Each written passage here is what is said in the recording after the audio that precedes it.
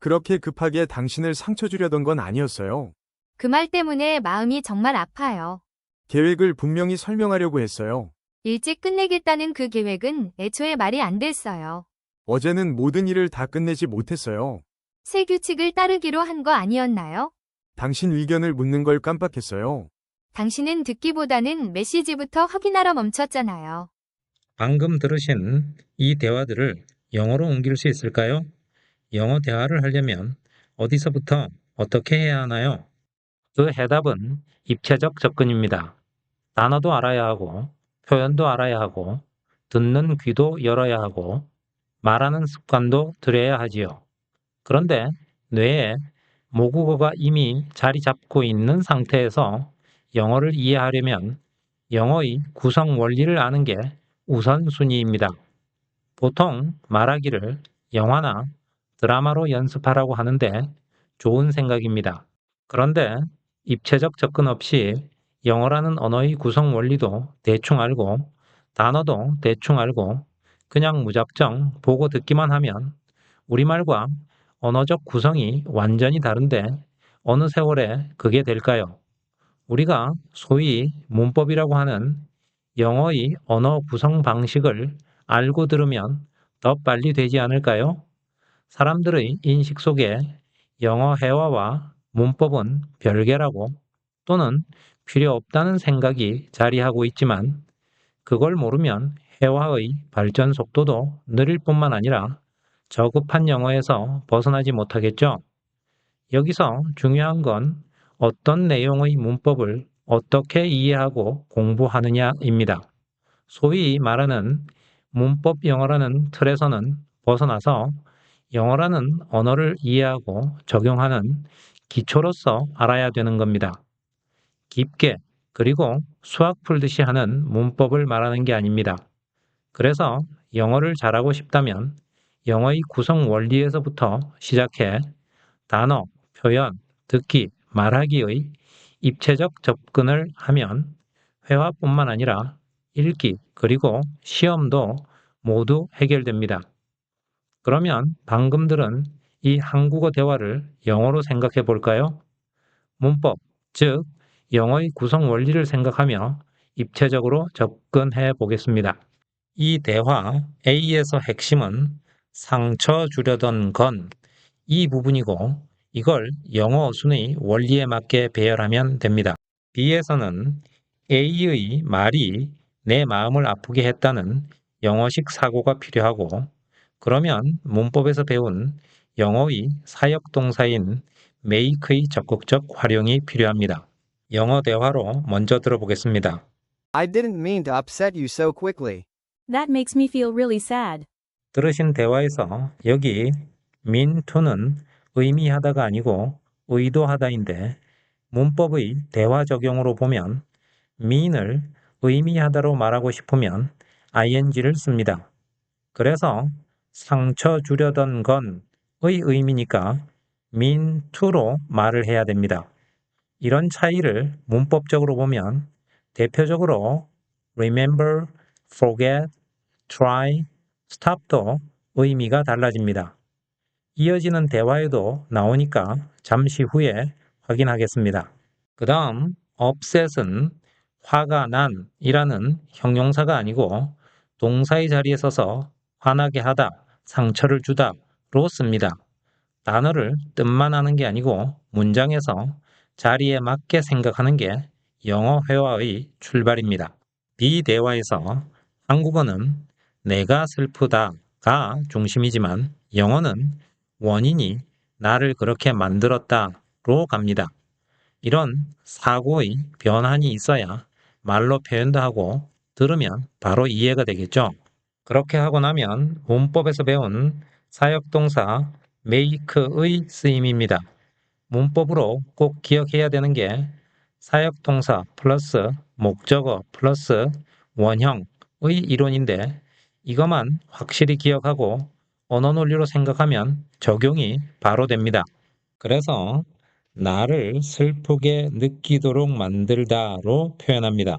그리고 또 이 feel 다음에도 문법을 바로 적용할 수 있는데 슬프게라고 해서 단어만 생각하고 sadly를 쓰면 안 되죠. feel이라는 단어가 어떻게 느끼다이니까 상태를 나타내는 형용사를 써서 표현을 해야 무식하다는 소리를 안 듣겠죠. 그 다음 이 대화 A에서는 하려고 했다는 표현인 try를 알아야 하고 B에서는 끝내다와 계획의 두 단어를 이어서 표현하는 것과 말이 안 되다를 어떻게 내용에 맞게 표현하느냐입니다. 영어 대화로 먼저 들어보겠습니다. I tried to explain the plan clearly. The plan to finish early looks impossible. A부터 보면 문법에서 try 뒤에는 to와 ing가 온다고 배웁니다. 이걸 영어식 사고와 접목해서 보면 to는 의도를 나타내고 ing는 단순 사실입니다. 그래서 뭘 하려고 하다는 try to이고 그냥 한번 해보는 건 try ing입니다. 그래서 대화에서 try to로 말을 했습니다. B에서는 끝내겠다는 계획이라는 우리말은 to를 써서 표현하는데 문법에서 to 부정사의 형용사적 용법입니다. 이걸 대화에 바로 쓸 수 있는 방법은 뭐뭐 할 명사의 표현은 to로 쓴다는 겁니다. ing로 설명을 할 때는 문법적으로 아예 뭐뭐 할 이런 뜻 자체가 없고 뭐뭐 하는 이나 뭐뭐 하고 있는 이런 뜻이 됩니다. 그리고 다음으로 말이 안 됐다 라는 표현은 한국식 표현이죠. 영어식으로 보면 주어와 통일성이 있어야 됩니다. 그래서 계획은 불가능해 보인 거죠. 이렇게 사고의 전환을 하고 나면 이걸 문법적으로도 적용할 수 있습니다. 문법에서 배운 대로 보면 look 뒤에 형용사가 오면 뭐뭐처럼 보이다가 되죠.